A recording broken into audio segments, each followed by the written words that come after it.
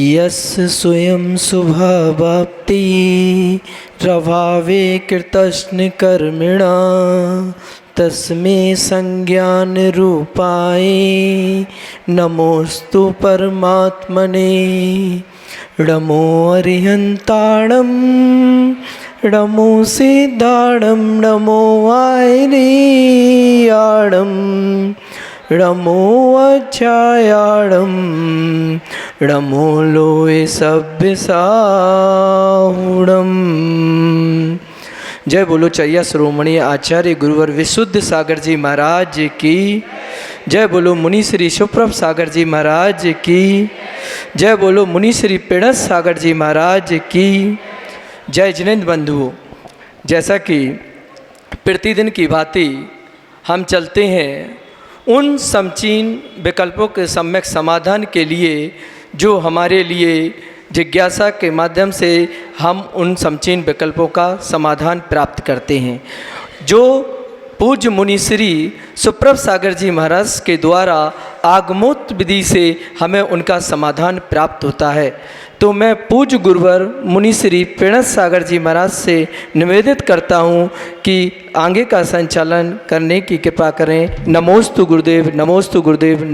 नमो अरिहंताणं नमो सिद्धाणं नमो आयर्याणं नमो अज्जायाणं नमो लोये सभ्यसाहुणम्। पंच परमेष्टि भगवान की परम पूज्य आचार्य भगवंत गुरुवर विशुद्ध सागर जी मुनि महाराज की परम पूज्य मुनि श्री सुप्रभ सागर जी महाराज की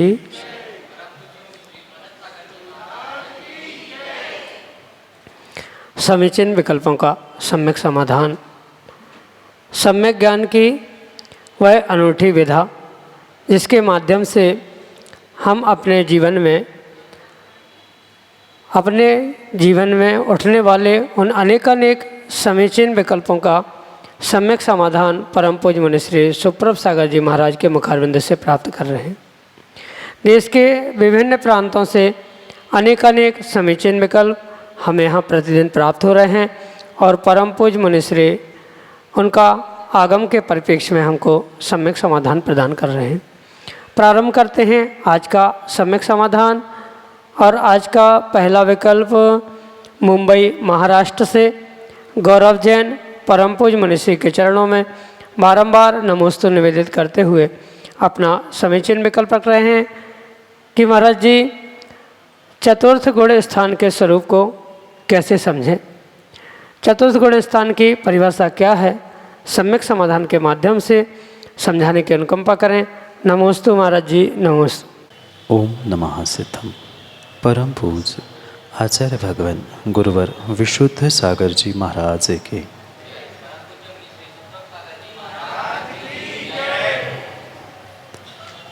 णो इंद्रिय सविरदो न जीवे तसे थावरे वापि जो सदहदि जिणोत्तम सम्मा इट्ठी अविरदोसु।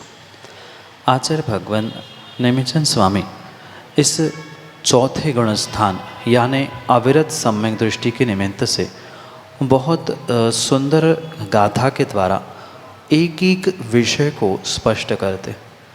आचार्य भगवान कहते हैं नो इंद्रिय सविरदो, जो इंद्रियों से विरक्त नहीं है, न जीवे तसे थावरे वापी, जो त्रस स्थावर जीवों की हिंसा से भी दूर नहीं है, पर जो सद्धि ऋणोत्तम, जो जिनेंद्र भगवान के एक अक्षर को श्रद्धान के साथ मानता है, सम्मा इट्ठी अविरदोसो, वह चतुर्थ गुण स्थान वर्ती जो अविरत सम्यक दृष्टि है उसका लक्षण कहते हुए कह रहे हैं जो इंद्रियों के विषयों में किसी भी प्रकार से व्रत को प्राप्त नहीं करता, यानी इंद्रियों के विषय में प्रवृत्त होते हुए भी जो तरस स्थावर किसी भी जीव की अहिंसा में या हिंसा से दूर होने वाली परिणति में नहीं लगा है, यानी श्रावक की उन हिंसाओं से युक्त होने पर भी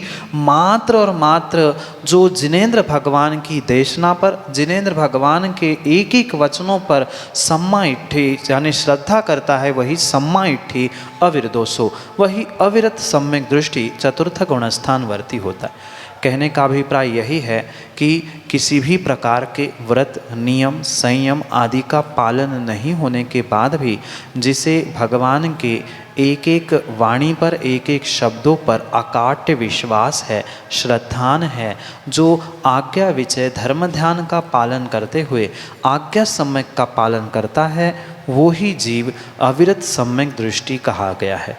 क्योंकि व्रत के अभाव में वह अविरति तो है, पर इतनी उस जीव पर प्रचंड श्रद्धा है, उस जीव को जिनेंद्र भगवान की वाणी पे, कि जिनेंद्र भगवान की वाणी में जो जैसा जहाँ कहा है उसको वैसा का वैसा वह मानता है, अपनी गलती को गलती मानता है।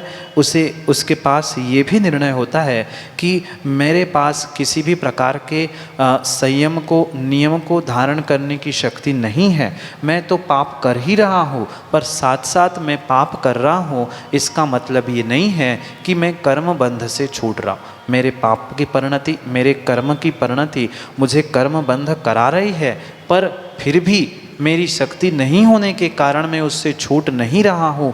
पर फिर भी जो जिनेंद्र भगवान ने कहा है वह परम सत्य, जिसको जिनेंद्र भगवान के किसी भी वचनों पर शंका नहीं होती, जो किसी आकांक्षा से सम्यक दर्शन का पालन नहीं करता, उस 8 गुणों से युक्त जो परिपूर्ण रूप से सम्यक दर्शन का पालन करता है, ऐसा वह सम्यक दृष्टि जीव व्रतों से रहित होने पर भी इस चतुर्थ गुणस्थानवर्ती होता है। जीव का सबसे बड़ा पुरुषार्थ उस मिथ्यात को विगलित करते हुए चतुर्थ गुणस्थान को प्राप्त करना है।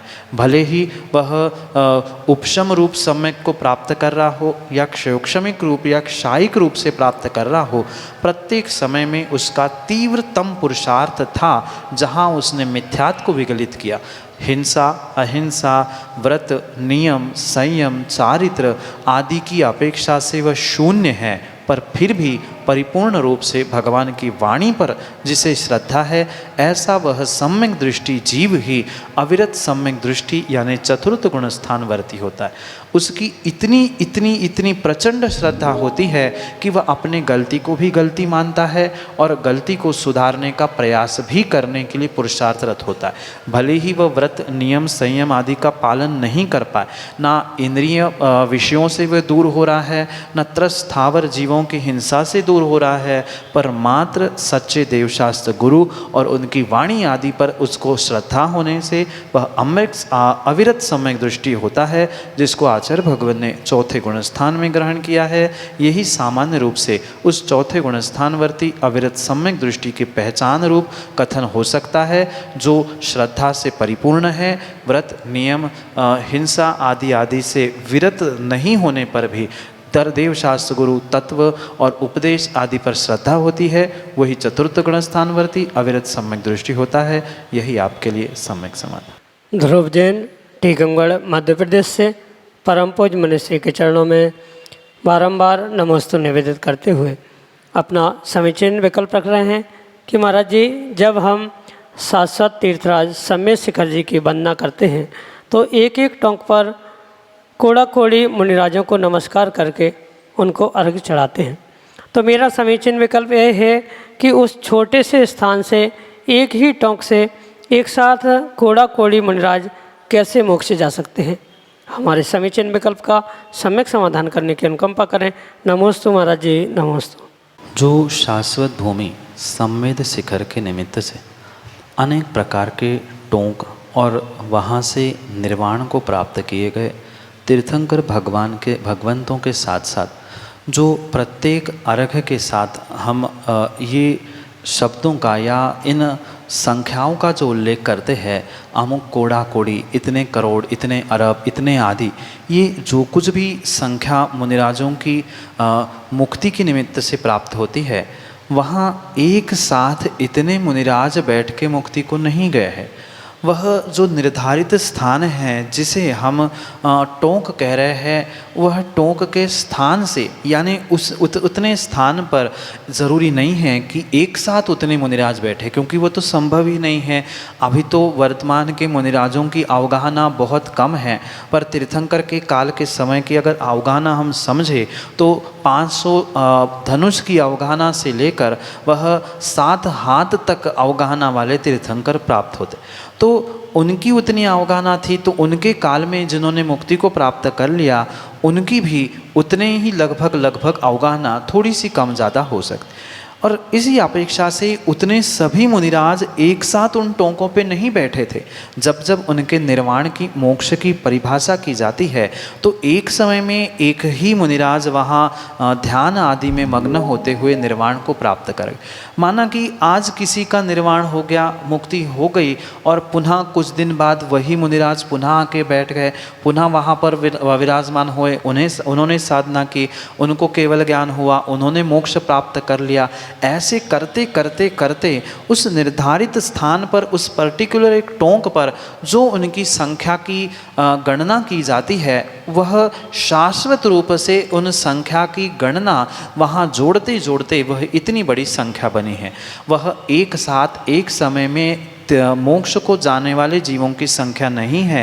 मुख्य रूप से वह तीर्थंकर वहाँ से गए और उन तीर्थंकर के मुक्ति स्थान पर ही किसी को उन तीर्थंकर भगवान के प्रति अनुराग था और वहीं पर वे ध्यानस्थ हो गए, और ऐसा ध्यान लगा कि उन्होंने तीसरे चौथे शुक्ल ध्यान को प्राप्त कर लिया और निर्वाण को प्राप्त कर लिया। ऐसे क्रम से आते गए, निर्वाण होता गया, आते गए, बैठते गए, निर्वाण होता गया।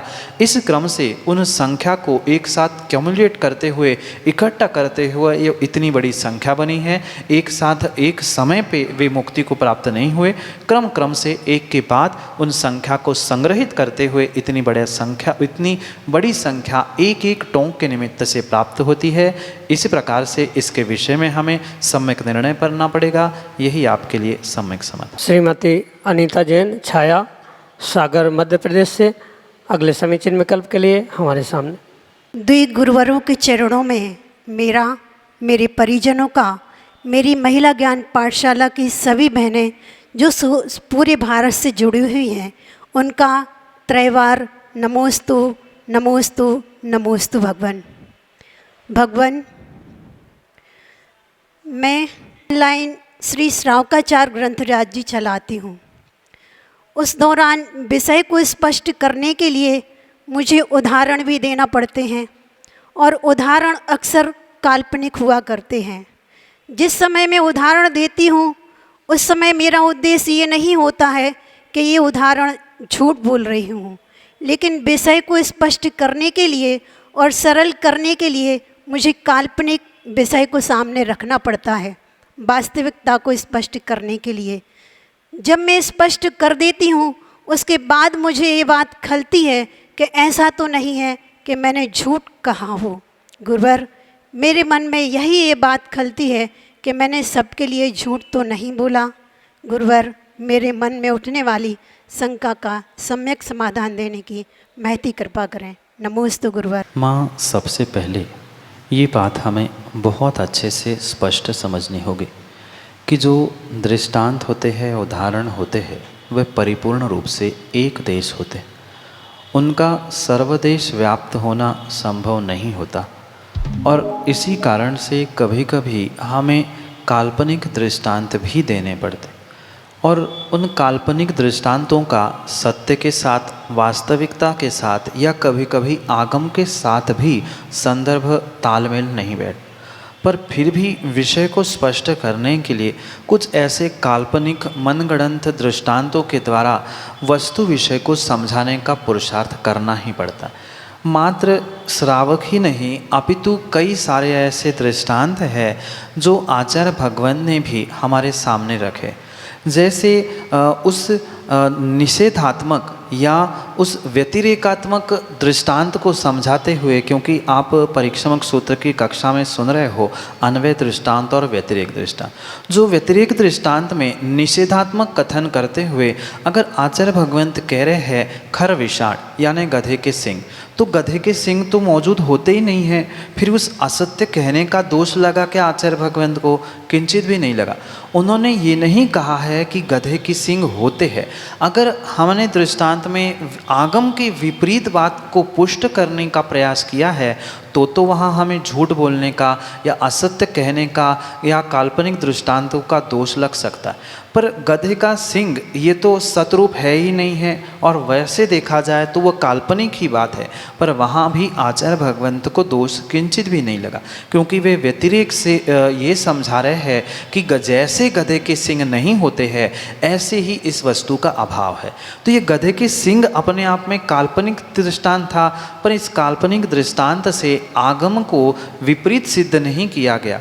अगर कोई व्यक्ति ऐसे काल्पनिक दृष्टांतों से कुतर्कों के द्वारा जिनवाणी के तर्कों को, जिनवाणी के रहस्यों को विपरीत रूप से प्रदर्शित कर रहा है तो नियम से हमें असत्य का, झूठ का आदि का दोष लग सकता है। पर उस स्थान पर हमारा अभिप्राय क्या था? भले ही हम काल्पनिक दृष्टांतों से, झूठे दृष्टांतों से उस सत्य को प्रतिपादित कर रहे हैं, सत्य को दिखाने का प्रयास कर रहे हैं, तो उसमें कहीं भी दोष नहीं है। साथ में ये बात भी हम अवश्य ध्यान रखें, कभी कभी दृष्टांत देते समय दिगंबर आचार्यों ने हिंसा आदि के भी दृष्टांत दिए। जो हिंसा में ये प्रसिद्ध हुआ ऐसी हिंसा होती है, तो माँ हिंसा की बात भी दिगंबर आचार्यों को नहीं करना चाहिए थी, पर आप हिंसा ना करें इसलिए हिंसा के दृष्टांत देते हुए आपको हिंसा से विमुख किया। वहाँ आचार्य भगवंतों का उद्देश्य ये नहीं था कि आप इस प्रकार की हिंसा करें। तीर्थंकर भगवंत ने जब अपनी दिव्य ध्वनि में 5 महाव्रतों का व्याख्यान किया, उस महाव्रतों का व्याख्यान करते करते उन्होंने ब्रह्मचर्य का व्याख्यान करते हुए कहा कि जिनको ब्रह्मचर्य का पालन करना है उनके लिए गरिष्ठ भोजन, वृष्टिष्ठ भोजन आदि का सेवन नहीं करना। और इन्हीं बातों को पकड़ के कुछ जीवों ने काम शास्त्र रचे, श्रृंगार शास्त्र रचे गए। तो इसका मतलब ये नहीं है कि तीर्थंकर भगवान को दोष लगा कि उनने विपरीत कथन किया। उन्होंने तो वस्तु स्वरूप का कथन किया था, जिसको जिस प्रकार से उसे ग्रहण करना था उसने उसे उस प्रकार के ग्रहण करके प्रतिपादित किया। जो उस आगम को, दिव्य ध्वनि को, दृष्टांतों को विपरीत रूप से कथन करते हुए विपरीत अभिप्रायों से आगम के विरुद्ध प्रस्तुत कर रहा है, तो वो नियम से दोषी है और परिपूर्ण रूप से असत्य बोलने का भी उसे पाप लगे। पर हम उन काल्पनिक दृष्टांतों से या मनगढ़ंत दृष्टांतों के द्वारा आगम को सिद्ध कर रहे हैं, हमारी जिनवाणी की बात को सिद्ध कर रहे हैं, तो वो हमें उसका झूठ बोलने का दोष नहीं लगेगा और किसी भी प्रकार से उस झूठ को या उस काल्पनिक दृष्टांतों को असत्य की श्रेणी में नहीं रहा जाएगा, क्योंकि हमारा अभिप्राय मायने रखता है कि हम उसको किस लिए समझा रहे। क्योंकि दृष्टांत के भी भेद आपने समझे हैं। व्यतिरेक दृष्टांत से हम जो निषेध कर रहे हैं कि आप ऐसा पाप करोगे तो ऐसा होगा, जैसे उसने हिंसा की थी, ये दृष्टांत देने पर आचार्य भगवंत उस पाप से संलग्न नहीं है, अपितु पाप से दूर होने की बात कह रहे। ऐसी काल्पनिक दृष्टांतों से हम झूठ को भी कह रहे हैं, तो भी हम उस झूठ से दूर होने के अभिप्राय से अगर कह रहे हैं तो हम दोषी नहीं हैं, पर उस झूठ को ही सत्य कहते हुए सिद्ध कर रहे हैं, वह हमारी गलती हो सकती। दृष्टांतों से दृष्टांतों तक पहुंचना आवश्यक था। दृष्टांत के लिए, अच्छे दृष्टांत के लिए व्यतिरिक्त दृष्टांतों से समझा रहे हैं तो दोष नहीं है। यही आपके लिए सम्यक समाधान। श्रीमती कल्पना जैन, कपिल जैन, कटरा सागर मध्य प्रदेश से अगले समीचीन विकल्प के लिए हमारे सामने। कोई मुनिराजों के चरणों में मेरा बारंबार नमोस्तु नमोस्तु नमोस्तु। मुनिश्री, मेरा विकल्प है कि व्यक्ति को अपने ज्ञान का घमंड तो होता है कि मैं इतना ज्ञानी हूँ, परंतु उसे अपने घमंड का ज्ञान क्यों नहीं होता। मेरे समीचीन विकल्प का सम्यक समाधान करने की अनुकंपा करें। नमोस्तु महाराज श्री नमोस्तु। माँ, इसका कारण एक ही है कि वर्तमान का जो जीव है उसे बुद्धि का मान है, पर वह बुद्धिमान नहीं है। जो बुद्धिमान होता है उसे अपने बुद्धि का मान नहीं होता, और जिसे बुद्धि का मान होता है उसे कभी भी बुद्धिमान नहीं मानना चाहिए, या जो स्वयं में बुद्धिमान है वह कभी भी बुद्धि का मान नहीं करता। ये परिपूर्ण रूप से आगम के परिप्रेक्ष्य में भी हमें समझना होगा कि वर्तमान में जीवों ने जो मात्र शब्दों को गिनना और ग्रहण करना सीखा है, वही उसको घमंड, मान आदि उत्पन्न करने के लिए निमित्त बन रहा है। जिसने वास्तविकता से सम्यक ज्ञान प्राप्त किया है, वह सम्यक ज्ञानी कभी घमंडी, मान कसाई नहीं हो सकता। जिसके पास वह मिथ्या ज्ञान है या ज्ञान की विपरीतता है, तो वो ही उस मान को और घमंड को प्राप्त करता। जैसे कि कहावत है, जो जितना पानी गहरा होता है या जितना लबालब भरा होता है, वह कभी भी छलकता नहीं है। जैसे कहा जाता है, अधगर घगरी झलकत जाए, ऐसी ही जो अधगर घगरी है, जिसका अधकुचरा ज्ञान है, बेचारा वो ही उस घमंड में और मान कषाय में जीता है। जिसका सम्यक ज्ञान है, निर्मल ज्ञान है, वह नियम से उस पुष्पित फलित वृक्ष के समान विनय से झुकना ही सीखता है। और जिसने झुकना नहीं सीखा है, ज्ञान को प्राप्त करते हुए वह बुद्धिमान नहीं है, अपितु उसके पास बुद्धि का मान है, अहंकार है। ये क्षयोक्षमिक ज्ञान कोई ज्ञान नहीं है। आचार्य भगवंत कहते भी है, आत्मज्ञानम स्वयं ज्ञानम ज्ञानात अन्य करोति किम। आत्मा का ज्ञान ही सच्चा ज्ञान है, इन शब्दों का ज्ञान सच्चा ज्ञान नहीं है। जिसने मात्र शब्दों का ज्ञान प्राप्त कर लिया है, भावों को, अभिप्रायों को, अर्थ को छोड़ते हुए उसे ही घमंड होती है, और उसी कारण से उसको अपने घमंड का ज्ञान नहीं होता, और वही ज्ञान का घमंड करते हुए बुद्धि का मान करता है। और जो उस घमंड का ज्ञान करते हुए घमंड को छोड़ता है, वही बुद्धिमान बनकर नियम से अपना कल्याण करते हुए सम्यक ज्ञानी बनकर कल्याण के मार्ग पर बढ़ता है। यही आपके लिए सम्यक समाधान। श्रीमती शकुंतला जैन, सागर, मध्य प्रदेश से अगले समीचीन विकल्प के लिए हमारे सामने। नमोस्तु महाराज, नमोस्तु, नमोस्तु महाराज, नमोस्तु। मेरा प्रश्न है, मैं सुबह प्रवचन सुन रही थी आपके, तब आपने कहा था सबका दान अलग अलग होता है। ये हम पति के पैसे से दान करते हैं तो वो मेरा दान नहीं कहलाता है। मुझे स्वयं के पैसे से दान करना चाहिए। यदि मैं गृहिणी हूँ तो मेरा पैसा कहाँ से आएगा? या हम पति की चोरी करें? ये जो पैसे दिए जा रहे हैं उसमें से बचाएं।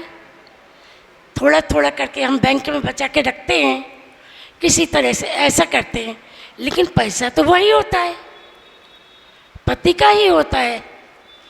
मैं कमाई करूं तो वो अलग। मैंने कमाई की, मैं इंस्टीट्यूट चलाती थी पहले, तब 1 लाख रुपया इकट्ठा करके बागुदे तीर्थ में दिए थे हमने, लेकिन अब कुछ नहीं करती हूँ। तो गृहिणी जो है अब वो कुछ करती नहीं है, तो कहाँ से पैसे लाएंगी? मुनीश्री, शंका का समाधान करें, पैसे कहाँ से लाएंगी? चोरी कहती हैं तो चोरी है, चुपके से बचाती हैं तो वो भी गलत है, कुछ भी करती हैं तो महिलाओं के लिए गलत है कि सही है? माँ, ये परम सत्य है कि हर व्यक्ति को अपने अपने पैसों का ही दान की श्रेणी में लाने के लिए उसका त्याग करना होगा। किसी दूसरे के पैसों को दे देना ये दान नहीं। स्वयं से जो हमने पैसा इकट्ठा किया है वो ही आपका ही पैसा है। भले ही कोई गृहिणी पैसे कमाने बाजार नहीं जा रही, कोई कार्य नहीं करे, पर फिर भी उनका स्वयं के खर्चे के लिए मिलने वाला पैसा उनका स्वयं का पैसा। यहाँ स्वयं के पैसे के दान का अभिप्राय किसी के चोरी करने से, किसी के पैसे को हड़प लेने से नहीं है, अपितु जो भी आपके लिए घर गृहस्थी के लिए पैसे मिल रहे हैं, उस पैसे में से बचा हुआ जो भी धन है वह आपका ही धन है, उसमें किसी का भी अधिकार नहीं। क्योंकि आपकी गृहस्थी थी, आपको गृहस्थी चलाने के लिए पति ने जो भी पैसे दिए हैं वह परिपूर्ण रूप से आपके हैं। और आपको ये भी पता है कि हम चाहे तो 100 रुपये की वस्तु 50 में खरीद कर 50 रुपये बचा सकते। जितनी आवश्यकता है उतनी आवश्यकता में खर्च करते हुए, उन पैसों को हम बचाते हुए उसका सदुपयोग अगर किसी दान कार्य में कर रहे हैं तो नियम से वह आपका धन आपके लिए दान की ही श्रेणी में आएगा, अन्यथा वह दूसरे का ही लिया हुआ पैसा वह उसको ही पुण्यदायी ठहरेगा, आपके लिए वह पुण्यशाली या पुण्यात्मा बनाने वाला नहीं है।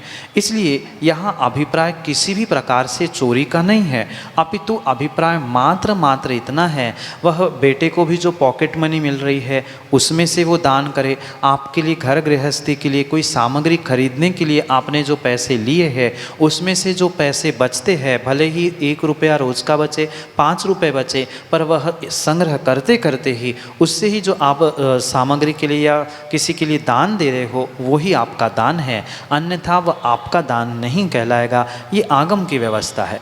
क्या करना चाहिए, कैसे करना चाहिए, ये स्वयं का विवेक है। चोरी भी नहीं हो और हमारा कार्य भी हो, इस प्रकार से श्रावक को विवेक पूर्वक कार्य करना चाहिए।